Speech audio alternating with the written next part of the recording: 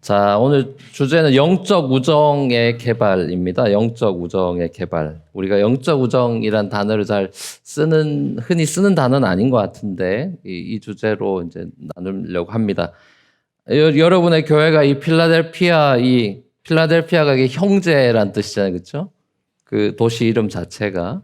그 필라델피아 형제를 뜻하는, 그 우정을 어떻게 보면 뜻하는 그 도시 근교에 있는 교회니까, 이 우정에 있어서만큼은 이 뉴욕, 제가 있는 뉴욕을 훨씬 더 뛰어넘을 거라고 생각합니다. 실제로 뉴욕은 굉장히 여러분도 느끼시겠지만 까칠합니다. 뉴욕 보면은요. 예. 그거는 뭐 그 종족에 상관없이 뉴욕 사람들은 좀 까칠한 것 같아요. 영어도 거친 것 같고요. 또 차갑고 또 외로운 도시다 이렇게 다들 많이 이야기합니다. 네, 화려함만 얘기하는 게 아니라 사람들은 항상 차갑다, 외롭다 이런 얘기들을 굉장히 많이 합니다. 이제 워낙에 인앤아웃이 이제 사람들의 인앤아웃이 많다 보니까 서로 잘 커밋하지 않아요. 이 커밋을 잘 안 합니다. 그래서 이 사람도 갈 사람이니까 이렇게 생각하는 거죠. 그래서 이 커밋을 안 해서 그런지 결혼율도 굉장히 낮습니다. 네. 그래서 2010년도, 10년 전쯤에 센서스를 제가 관심 있게 봤는데, 그 당시에 그 10년 전에 2010년 센서스에, 뉴욕에 혼자 사는 여성분이 몇 프로쯤 될 것 같습니다. 혼자 계신 여성분이 뉴욕시에 몇 퍼센트 정도 있을 것 같아요? 네? 30%. 와, 그거 너무 많이 보신 것 같아요. 뉴욕에 남자도 있습니다.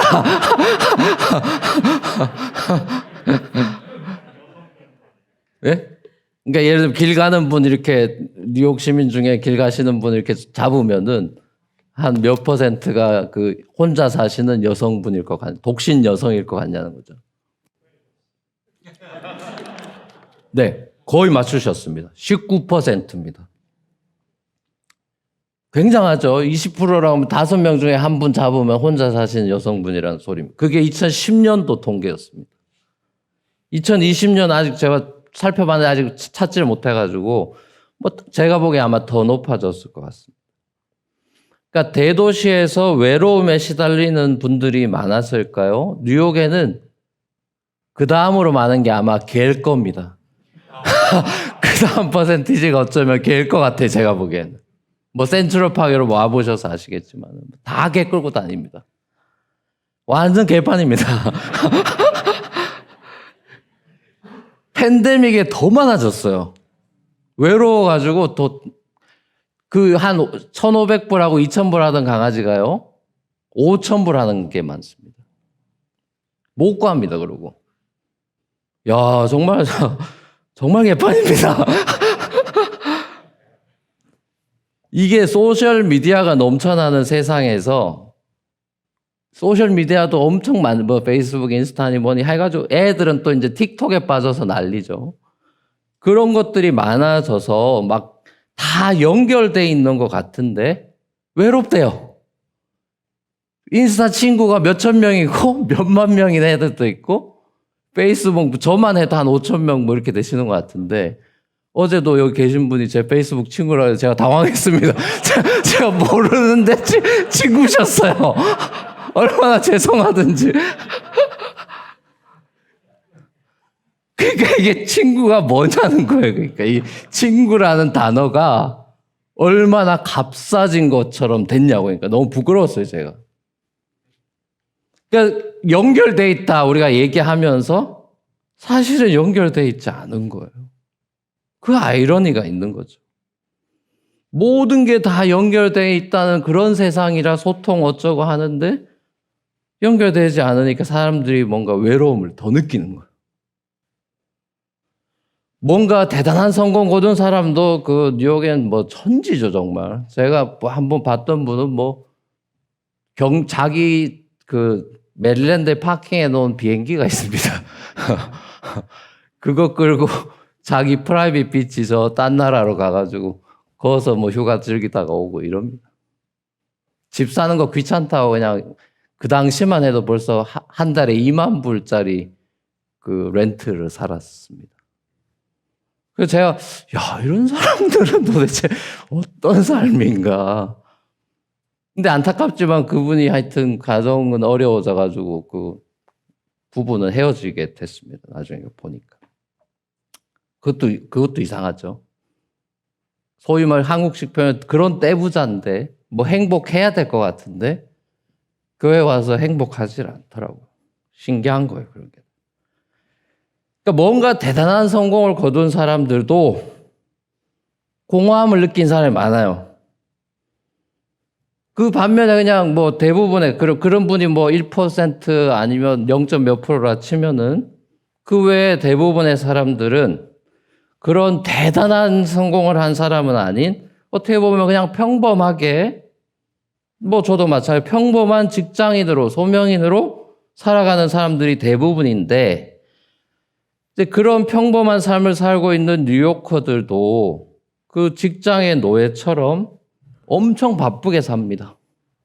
밤에도 맨날 연락 오고 뭐 주말에도 막 전화 오고 뭐 교회 예배만 드리고 막 가고 뭐 난립니다. 그 본인이 그래서 자기가 뭔가 이런 고민들이 많아요. 그래서 삶에 대한 공허함이 있어요. 뭐 로펌에서 일하는 애들이며 월가며 뭐 돈은 많이 받아도 또 일반 평범한 직장을 다니는 친구들도 워낙 바쁘게 살다 보니까 자기 라이프에 대한 그 고민이 있는 거죠.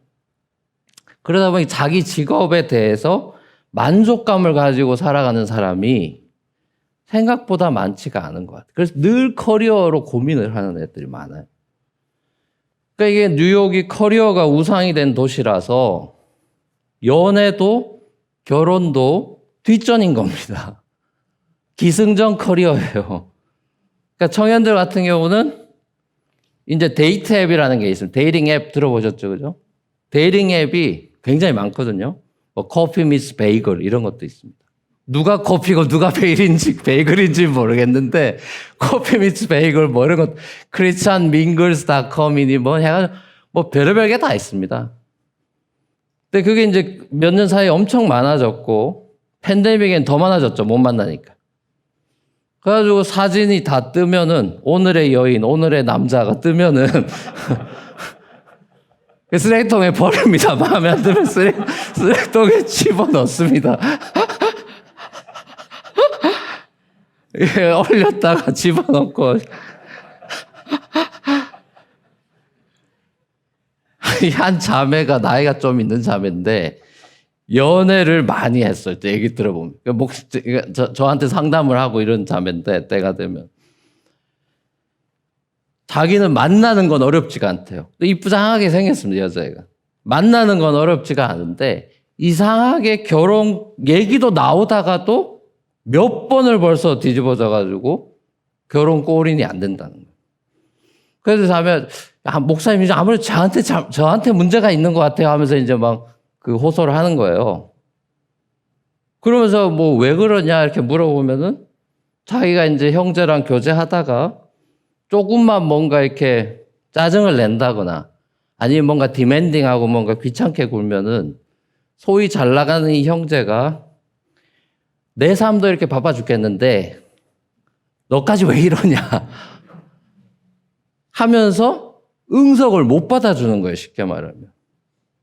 그리고 자기는 이렇게 연애하고 결혼하는데 이렇게 골머리 알아가면서 이러고 싶지 않다. 뭐 돈도 많고 잘 나가는 친구니까. 그래서 그날부로 바로 그냥 끝내버린답니다. 결혼 얘기도 실컷 했던 형제인데도. 하루아침에 끝내버려가지고 얘가 이제 몇 번 그걸 당하다 보니까 새로운 만남을 해도 불안한 거예요. 얘도 또 나한테 내가 조금만 실수하면은 이럴까봐 이제 불안해지. 그래가지고 이제 저한테 그런 이제 하소연을 하면서 이제 상담을 했는데 결혼이라는 것이 섬김과 희생의 장이 아니고 편리와 자기 만족의 장이 되어 있는 뉴욕의 그 현실을 봅니다. 그래서 상처받은 애들이 아예 안 해버린 애들도 있고 이러는 거죠. 귀찮은 애들도 안 하는 거고. 팬데믹에 부부관계가 어려워지거나 거기서 더 나아가서 헤어지는 걸 선택하는 경우가 많이 있다는 걸 여러분 이렇게 뉴스를 좀 접해 들으셨죠? 그러니까 서로가 다른 사람이 만나서 서로를 이해하고 섬기고 희생하며 산다는 게 물론 힘든 일이죠. 쉽지 않은 일이죠. 특별히 서로 가치관과 성격과 여러 가지 면에서 비슷한 점보다 이렇게 다른 캐릭터인 사람들이 맞춰간다는 것은 사람의 감정으로만 해결할 수 있는 일은 아니죠. 부부도 그렇잖아요. 부부가 연애 감정으로 출발하죠. 그렇지만 그 연애 옛날 감정으로 사는 게 아니고 결국은 더 깊은 사랑의 관계로 나아가야 한다는, 우린 아직도 멀었다, 우리의 사랑은 아직도 멀었어 라고 더 큰 사랑을 향해, 더 깊은 사랑을 향해 함께 나아가려고 하는 궁극적인 지향점을 부부가 함께 바라보지 못한다면은 그 관계는 언제나 이게 살얼음판 아슬아슬한 관계가 되는 거겠죠. 풍성한 생명의 삶이 이 요한복음의 주제라고 할 때 예수님께서 이 땅에 주시고자 한 게 풍성한 생명의 삶이다. 이게 이제 요한복음 전체 디시스죠. 그걸 이제 15장에서는 비유로 얘기를 해주는 겁니다. 포도나무와 가지 비유. 가지가 포도나무에 붙어 있어서 열매를 맺는 모습을 풍성한 삶으로 그리고 있죠. 그러니까 그러면서 그 비결이 뭐냐? 네가 내 안에 거해야 된다. 주님의 사랑 안에 거하는 거다. 그리고 주님의 사랑 안에 거한다는 게 뭐예요? 그러면은 네가 내 계명을 지키는 거다. 그럼 계명이 많은데 뭘 지키라는 겁니까? 하니까 내가 너희를 사랑한 것 같이 너희도, 그러니까 서로라고 했죠. 서로 사랑하는 것이다. 그렇게 말씀하셨어요. 풍성한 삶을 사는 거는 내 사랑 안에 거하는 거다. 그럼 사랑 안에 거한다는 게 뭐예요? 내 계명 지키는 거다. 내 계명 지키는 게 뭐예요? 내가 너희를 사랑한 것 같이 너희가 서로 사랑하는 거다. 그렇게 구체적으로 말씀을 해주셨어요. 두리뭉실한 게 아니고. 그래서 요한복음에서 소위 세계명이라고 하는 뉴 커맨먼트라고 하는 세계명, 서로 사랑하라, love one another. 자, 이 말씀이 근본적으로는, 기초적으로, 1차적으로는 그 예수님 앞에 모여있는 제자 공동체 너희들끼리 사랑하란 말이에요. 쉽게 말하면 1차적인 의미는. 뭐 우리도 해당하지만 물론 그 자리에서 너희끼리 서로 사랑해라 이렇게 자기 제자들 앞에서 얘기를 하시는 거잖아요. 그렇죠? 그러니까 제자들끼리 서로 사랑하면은 그것이 풍성한 열매를 맺는 모습이다 이거죠. 실제로 포도나무와 가지 비유는 예수님과 나와의 관계를 얘기하는 묘사가 아니고 예수님과 제자 공동체와의 관계를 보여주는 겁니다. 그러니까 우리가 스크립처 리딩을 할 때 항상 우리는 그냥 개인 큐티 생각을 하니까. 근데 많은 성경은 공동체적이에요. 나와 하나 예수님과의 관계도 물론 있지만 많은 얘기들은 우리와의 관계, 교회와의 주님과의 관계, 제자 공동체와 예수님과의 관계가 포도나무와 가지비. 가지가 하나만 있는 게 아니니까요. 그렇죠? 내가 포도나무고 너는 가지야라고 한 게 아니라 내가 포도나무고 너희는 가지다라고 한 거죠. 그러니까 예수님께서 원하시는 풍성한 삶이라는 것은 한 개인 혹은 한 가지가 열매를 많이 맺는 게 아니고 그래서 한 개인이 특별한 복 받아가지고 잘 사는 걸 의미하는 게 아니죠. 예수님께서 이 땅에 주시고자 하신 풍성한 생명이라는 건 life to the fullest라는 것은 abundant life라는 것은 예수님의 사랑으로 충만한 공동체의 모습을 가리킵니다. 그러니까 더 직접적으로 말하자면은 생명 공동체인 교회 공동체가 서로 사랑하며 살아가는 모습을 의미하는 것이죠. 그러니까 제자 공동체 내에서의 서로 사랑이라고 하는 것이 오늘 본문을 보면은 결국 우정이구나 이걸 깨닫게 됩니다. 제자 공동체 내에서 사랑이 뭐예요? 라고 할 때 이것은 우정이다. 자, 물론 이 우정이라는 말은요, 세상에서 많이 쓰는 일반 용어입니다.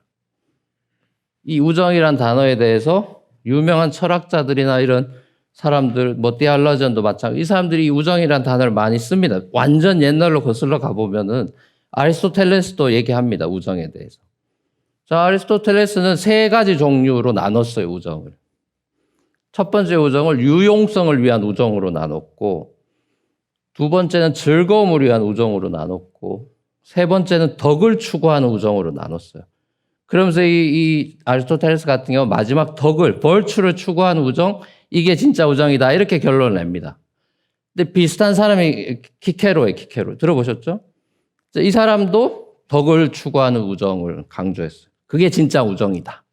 그래서 뭐 성실과 정직이라든지 뭐 공평하고 넓은 마음이라든지 이런 벌추를 갖춘 사람들, 그 사람들끼리 진짜 우정이 가능하다 이래 봤어요.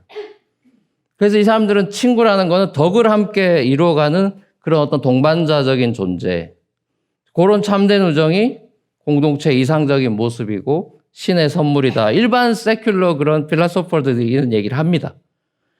자, 그런데 이런 일반적인 우정의 정의와 다르게 기독교 전통에서는 그냥 우정이 아니라 이 소위 영적 우정이라는 표현을 써요.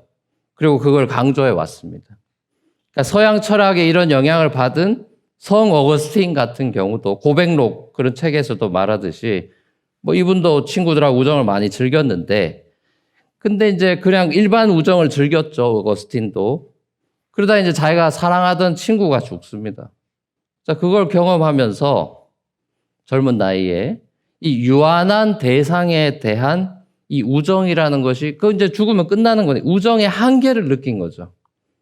그래서 이제 진짜 참다운 우정이라는 것이 하나님 안에서 친구를 사랑하는 거구나. 이걸 이제 깨닫게 됩니다. 이 어거스틴 같은 경우. 그래가지고 하나님 안에서 이 친구를 사랑하는 거구나 깨닫고 수도 공동체라는 걸 만들어요. 그리고 그 공동체를 만들어가지고 함께 하나님을 추구하면서 한마음 한뜻이 되는 그 사도행전 4장에 나온 초대교회 이상적인 모습을 꿈꿨습니다. 그걸 이제 프랙티스를 하는 거죠. 그래 영적 공동체를 꿈꿨어요. 그러니까 단순히 그냥 하나의 집단으로 모여 사는 게 아니라 영적 우정을 통해서 진정한 하나님의 성전이 되어가는 것을 목적으로 삼았습니다. 그래서 그러면서 이 영적 우정이라는 것이 그리스도를 사이에 두고 맺어지는 관계이기 때문에 서로가 이 영적 우정을 나누면서 함께 그리스도의 형상으로 변화되어 가도록 서로가 인커리지하고 도와줘야 된다. 이걸 이제 어거스틴이 굉장히 강조를 많이 했습니다. 이제 12세기로 점프해 오면은 영국의 시토의 수도자였던 리보의 에일레드라는 사람이 있는데, 이 사람이 Spiritual Friendship이라는 책을 썼는데요. 이 책에서 이 영적 우정은 영적 성숙으로 나아가기 위해서 필수적인 통로다, 이렇게 이분이 주장하면서 요한 1서 4장 21절하고 또 오늘 본문에 속한 요한복음 15장 15절을 묵상하면서 이 영적 우정이라는 것이 두 사람 사이에 그리스도가 함께하는 것을 경험하는 것이다. 둘만 우정을 나누는 게 아니라 두 사람 사이에 그리스도가 함께하는 걸 경험하는 거다. 그러면서 더 나아가서 하나님이 이런 영적인 우정을 통해서 하나님께서 그 안에서 경험이 되기 때문에 이분은 어떤 주장까지 하냐면 하나님은 우정이다. God is friendship 이라는 과감한 주장도 해요. 자, 조금 더 점프해 오면 이제 여러분 잘 아시는 C.S. 루이스입니다. 기독교 작가 C.S. 루이스, 영국의 작가죠. 네 가지 사랑이라는 책 썼습니다. 그렇죠?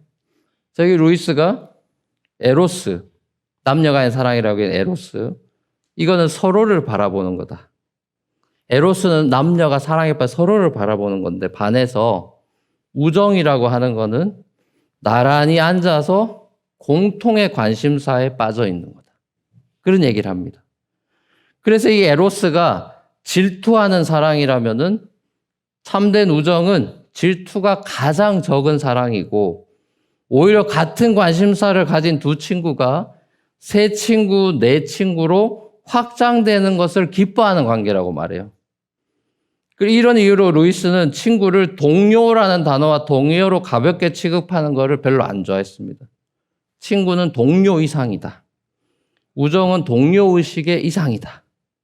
뭐 일이나 여가 활동을 함께하는 동료 가운데서도 더 내적인 것을 공유하는 소수의 관계가 친구이기 때문에 이 우정이라는 건 동료의식, 뭐 직장도 마찬가지겠죠. 동료의식보다 더 깊은 의미가 있다 이렇게 봤습니다. 그래서 우정이라는 것이 공동의 비전을 함께 바라보는 모습, 어깨를 나란히 하고 같은 진리를 바라보는 사랑으로 루이스는 생각을 했어요. 우정에 대해서. 그래서 곁에 있어주면서 바른 길을 가도록 서로 돕는 관계, 힘들면 편이 되어주는 그런 함께 걸어가는 워킹 투게더라는 그 관계로 이 친구를 봤습니다. 마지막 한 사람만 더 소개할게요. 독일의 본헤퍼입니다. 독일의 본헤퍼는 기독교 공동체는 그리스도를 사이에 두고 성령이 이루시는 영적 사귐이 있어야 된다 이렇게 주장합니다. 공동체에서 사람들의 관계를 위한 모범이 되는 그 영적 사귐이 영적 우정이다 이렇게 주장하는데 하나님은 그리스도를 통해서 우정 어린 사귐으로 사람들을 부르시고 영적 우정의 공동체를 기대하신다 이렇게 말합니다. 하나님과의 사랑은 사람들 사이의 우정이 커질 때 더 자연스럽게 경험될 수 있고 사람들 사이의 우정을 배우면서 하나님과의 우정의 사귐이 더 풍성해질 수 있다고 그게 같이 가는 거라고 얘기합니다. 자, 제가 이렇게 쭉쭉 추적해서 이제 역사적으로 신앙인들이 이런 우정에 대한 영적 우정에 대한 주장들 한 걸 제가 브리프하게 그냥 말씀을 나눴는데 이 긴 역사 가운데 영적 우정이 얼마나 중요한지를 신앙의 선배들이 알았고요. 그거를 프랙티스하고 실천하려고 노력한 걸 봅니다. 자, 이런 의미에서 신앙 공동체는 우정 공동체라고 말할 수 있어요. 교회가 우정 공동체다. 자, 오늘 본문에서 우리를 종이라 부르지 않고 친구라 부르시는 주님과 우정을 나누죠. 그죠? 그리고 주님 안에서 주님의 몸된 지체들, 형제 자매들과 우정을 나눕니다. 그게 교회죠. 우리를 우정으로 대해주시는, 친구로 대해주시는 예수님의 머리 되심과 형제들끼리 우정으로 내가 너희를 사랑한 것 같이 너희도 서로 사랑하라라는 그 모습이 우정 공동체라는 것이 입증이 되는 것이죠.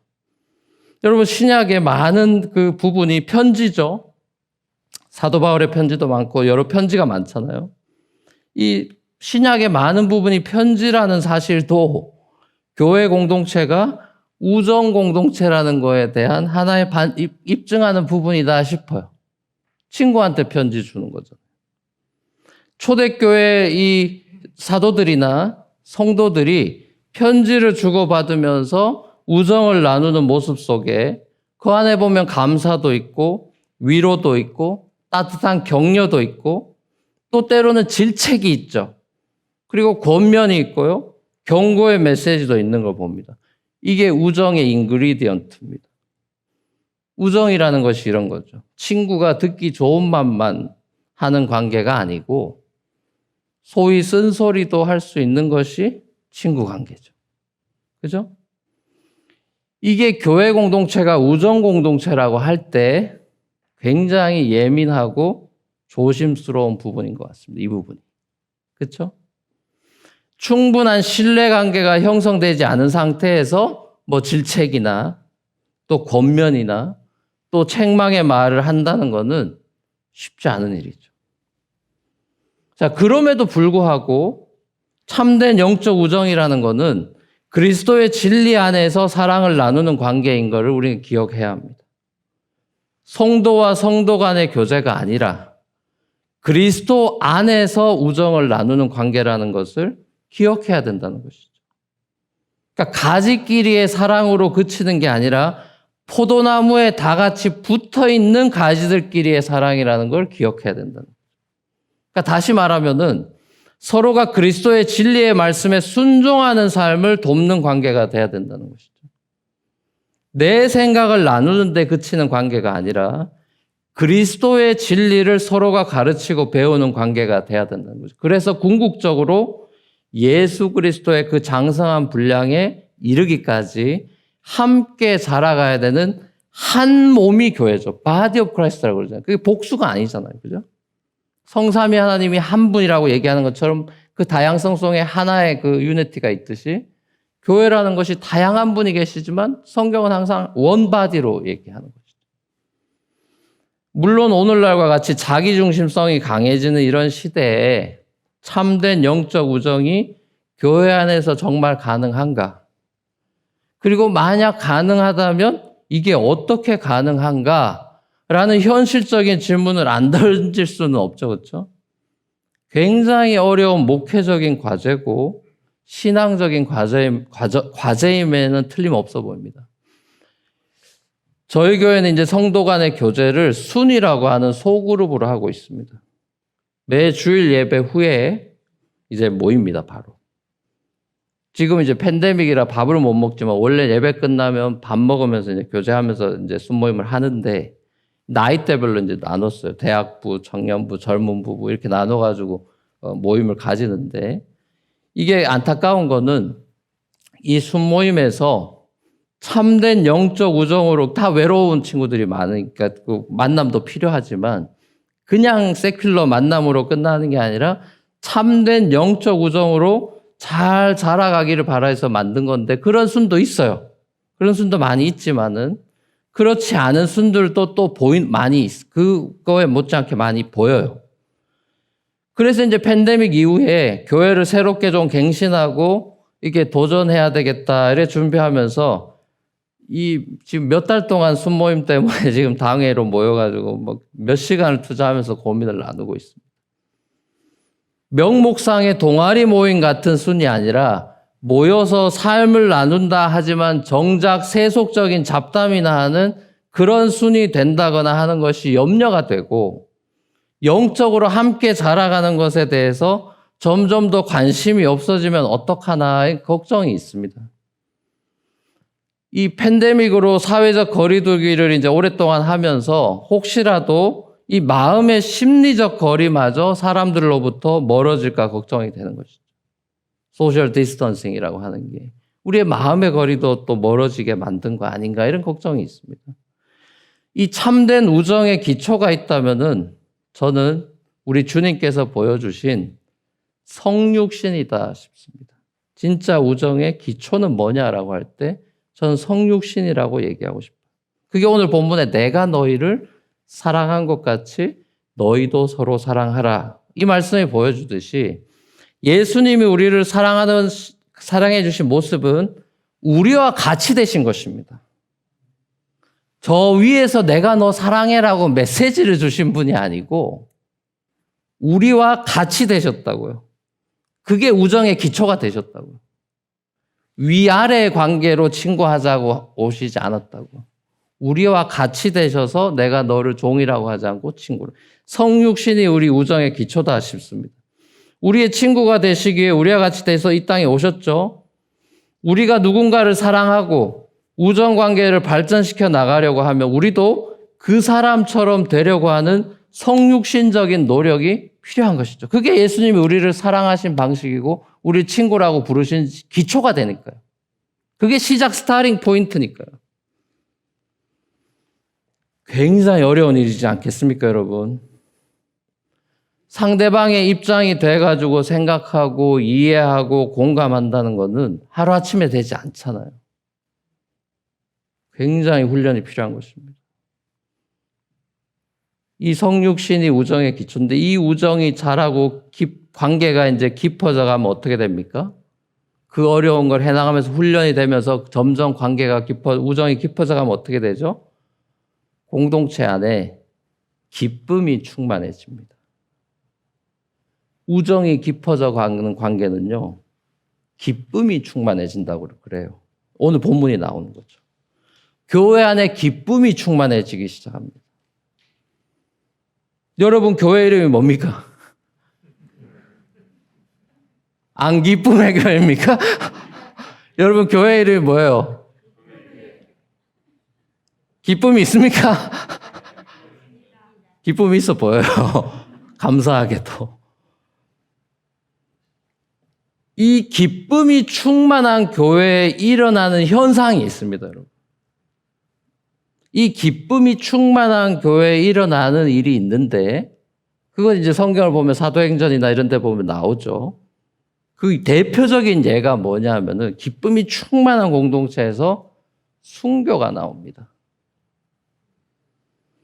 사도행전을 보면요, 기쁨이 넘치던 초대교회 야고보, 스데반 이런 순교자들이 생깁니다. 그러니까 기쁘고 막 좋아가지고 하늘 날아가는 그거가 아니고 기쁨이 충만한 그런 공동체 안에 순교자가 생깁니다. 주님과 우정이 깊어진 사람들 중에 친구를 위해 죽는 사람들이 생긴다고요. 친구 대신 주님을 위해서 기꺼이 자기 목숨 내놓는 친구들이 생기기 시작합니다. 먼저 자기에게 십자가에서 목숨 내어주신 친구 대신 주님의 사랑을 알기 때문에 그렇게 할 수 있는 거죠. 예수님께서 친구라고 불러준 12제자 싹 다 순교하죠. 뭐 요한도 사실상 어떻게 보면 반모성에 가서 순교의 그런 길을 간 거니까 사실 12제자 다 순교했다고 봐도 될 것 같아요. 오늘 본문에서도 친구를 위해서 자기 목숨을 버리면 이보다 더 큰 사랑이 없다 이렇게 얘기하시잖아요. 예수님. 그죠? 본인이 십자가에서 이 큰 사랑을 몸소 보여주셨죠. 결국 영적 우정의 절정은 십자가입니다. 친구를 위해서 스스로 목숨을 버리는 것입니다. 우정의 출발은 성육신이고요. 우정의 절정은 클라이막스는 십자가입니다. 자, 그렇다면은 순교의 가능성이 비교적 굉장히 어떻게 보면 적은, 순교할 확률이 굉장히 낮은 이런 미국이라는 이 아주 이 잘 사는 나라에서, 핍박 없는 나라에서 순교를 각오할, 지금 사실 뭐 다른 나라들은 예수님 위해서 친구를 위해 죽는 분들이 많죠. 이슬람권이나 공산권이나 지금도 많이 있습니다. 그렇죠? 기쁨이 넘치는 지하교회 성도들 막 박수치고 막 몇 시간씩 예배하고 그죠? 그런 곳에 순교자들이 나오잖아요. 자, 그런데 우리는 이제 그런 순교자가 안 나오는 이런 적은 미국 땅에서 살면서 그러면 순교를 각오할 정도의 우정 관계를 주님과 또 형제 자매들과 맺는다는 거는 그럼 어떻게 해야 되는 거냐? 그 질문이 생기잖아요.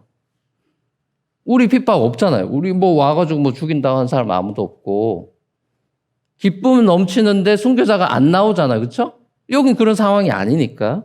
자, 그러면 어떻게 되는 거냐? 우리가 그런 순교적인 각오를 산다는 건 도대체 뭐냐? 자, 그것은 예수님 말씀처럼 날마다 자기를 부인하고 자기 십자가를 지고 주님을 따르는 제자도로 살아가는 것이 저와 여러분들의 이 땅에서의 순교자적인 삶을 산다는 의미입니다. 죽어야만 순교하는 게 아닌 거죠. 쉽게 말하면. 살아서 순교하는 것입니다. 그게 더 어려운 거예요, 사실. 어떻게 보면 한번 그냥 확 하고 장렬하게 죽으면은 물론 그건 굉장히 어려운 일이지만 그 이후로는 고생을 안 할 수 있는데 살아서 주님을 위해서 순교적으로 사는 거는 어떻게 보면 더 어려운 일이에요, 사실. 그러니까 미국에서 예수 잘 믿는 게 중국이나 북한 지하교에서 예수 잘 믿는 것보다 어떻게 보면은 더 어려운 거예요. 날마다 자기를 부인하고 자기 십자가를 지고 주님을 따르는 제자도로 살아가는 거다. 그러면 이제 이런 질문입니다. 아니, 왜 자기를 부인하고 자기 십자가를 지고 주님을 따르는 예수 제자로 살아야 됩니까? 피곤하게. 좁은 문으로 왜 갑니까? 넓은 문 놔두고. 그런 선택을 왜 하는 거죠? 그런 질문을 이제 만약에 현대인들이 한다고 하면 대답은 심플합니다. 왜 자기 십자가 지고 이렇게 고생하면서 이렇게 살아야 됩니까? 그러면 대답은 뭐냐? 그게 사랑이기 때문입니다. 그게 사랑이기 때문이에요. 진짜 사랑, 진정한 사랑이라는 것, 진정한 우정이라는 것은 사랑하는 대상을 위해 죽을 수 있는 것이기 때문인 것이죠. 그러니까 하나님은 저와 여러분들의 믿음의 수준이 이 수준에까지 자라기를 원하시는 거예요. 북한 사람들만이 아니라 중국 사람, 이슬람권 사람들만이 아니고 미국에 저와 여러분들이 있는 이 삶에서도 우리의 수준이 그 수준에까지 이르기를 원하십니다. 이 대표적인 예가 아브라함입니다. 어제도 제가 잠깐 언급했죠. 아브라함의 믿음의 여정을 창세기에서 봅니다. 우리 교회가 지금 큐티하면서 이 아브라함을 쭉 팔로우해서 더 제 마음에 와닿았던 것 같은데 갈 바를 알지 못하고 그의 믿음의 여정이 출발합니다. 창세기 12장 출발하죠. 그때 아브라함은 별 볼 일 없는 믿음입니다. 미숙합니다. 미숙한 신앙인입니다.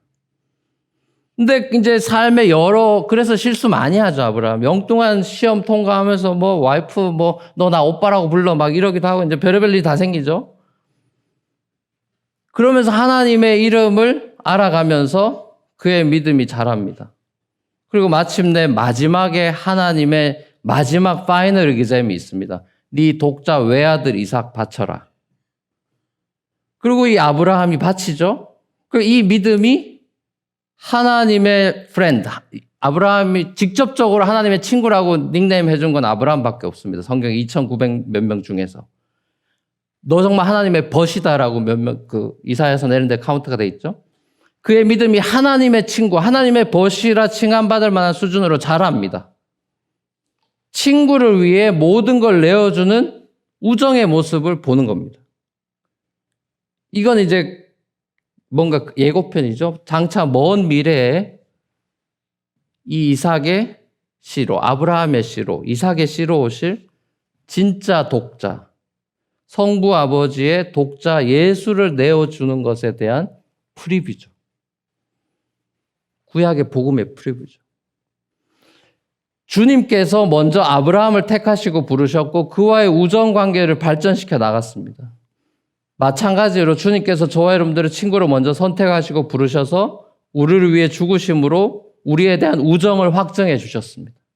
우리를 종이라고 부르지 않고 친구로 부르시겠다 말씀하셨던 주님이 정작 친구의 모습이 아니라 사실상 내가 너희를 종이로 부르지 않을 거야 친구로 해놓고 본인은 종이 돼버렸습니다. 이게 아이러니죠. 우리가 종이 돼도 될까 말까인데 너 종 아니야, 넌 친구야 이래놓고 본인이 종이 돼버립니다. 종의 모습으로 벌거벗은 모습으로 친구에 죽어버립니다. 왜요? 친구를 더 영화롭게 해주려고. 나보다 친구를 더 높여주려고. 사랑하는 우리 기쁨의 교회 성도 여러분, 교회는 예수님의 친구들의 모임입니다. 오징어 게임 용어로 빌리면 예수님의 깐부들의 모임입니다.